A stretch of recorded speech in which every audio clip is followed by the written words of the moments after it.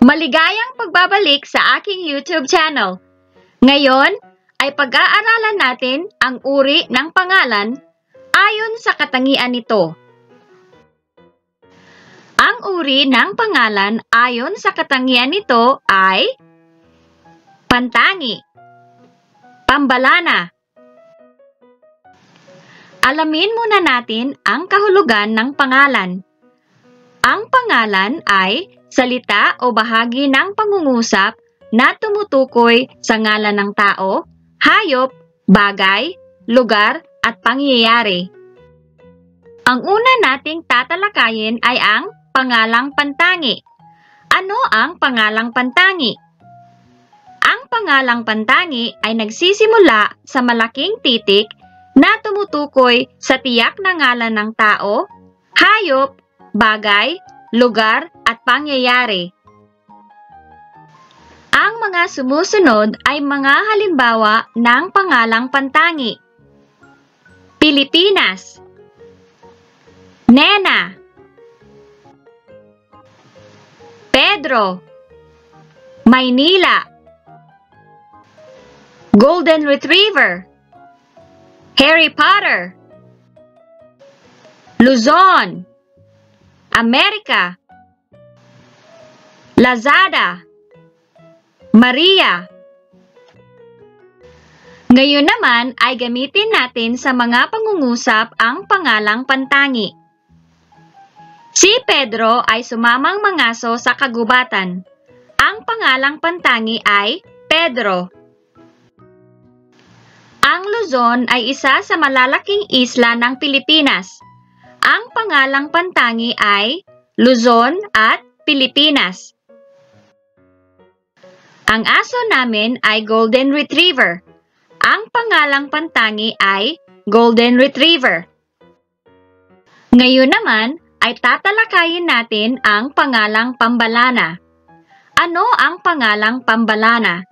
Ang pangalang pambalana ay ang mga salitang kadalasang nagsisimula sa maliit na titik at tumutukoy sa pangkalahatang ngalan ng tao, hayop, bagay, pangyayari at iba pa.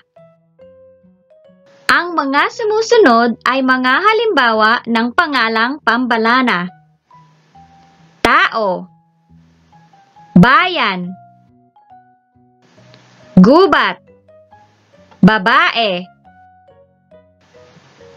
nanay, doktor, barbero, halaman, bato, pista. Gamitin natin sa mga pangungusap ang pangalang pambalana. Ang mga tao ay nahintakutang lumabas ng kanilang mga bahay. Ang pangalang pambalana ay tao at bahay. Ang nanay niya ay mahilig magtanim ng mga halaman. Ang pangalang pambalana ay nanay at halaman. Pumunta sila sa barbero upang magpagupit. Ang pangalang pambalana ay barbero.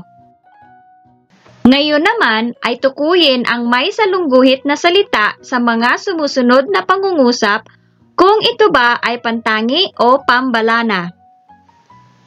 Si Gina ay natulog ng maaga.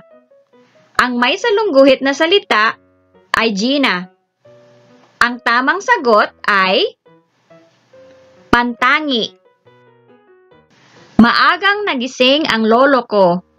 Ang salitang may salungguhit ay lolo. Ang tamang sagot, pambalana. Kumaripas ng takbo ang bata. Ang salitang may salungguhit ay bata. Ang tamang sagot, pambalana. Si Jose Rizal ay isang bayani. Ang salitang may salungguhit ay Jose Rizal. Ang tamang sagot, pantangi. Kumain kami ng pansit. Ang salitang may salungguhit ay pansit. Ang tamang sagot, pambalana. Pagsasanay. Sa lungguhitan, ang pangalang pantangi at bilugan naman ang pangalang Pambalana sa mga sumusunod na pangungusap. Una, malayo pala ang gubat na pinuntahan namin. Pangalawa, si Karen ay matalik kong kaibigan. Pangatlo, dumating ang mga tita ko kahapon. Pang-apat, si Pepe ay pumunta sa palengke. Panglima, ang Bulkang Mayon ay matatagpuan sa Albay. Sagot, ang direksyon natin ay sa lungguhitan ang pangalang Pantangi at bilugan naman ang pangalang Pambalana sa mga sumusunod na pangungusap. Simulan natin ang pagsagot sa unang bilang. Malayo pala ang gubat na pinuntahan namin. Ang tamang sagot ay gubat, pangalang Pambalana. Pangalawang bilang. Si Karen ay matalik kong kaibigan. Ang tamang sagot ay Karen, pangalang Pantangi. Kaibigan, pangalang Pambalana. Pangatlong bilang. Dumating ang mga tita ko kahapon. Ang tamang sagot ay tita, pangalang Pambalana. Pang-apat na bilang. Si Pepe ay pumunta sa palengke. Ang tamang sagot ay Pepe, pangalang Pantangi. Palengke, pangalang Pambalana. Panglimang bilang. Ang Bulkang Mayon ay matatagpuan sa Albay. Ang tamang sagot ay Bulkang Mayon, pangalang Pantangi. Albay, pangalang Pantangi. Thank you for watching! Huwag pong kalimutang mag-like at mag-subscribe. Hanggang sa muli!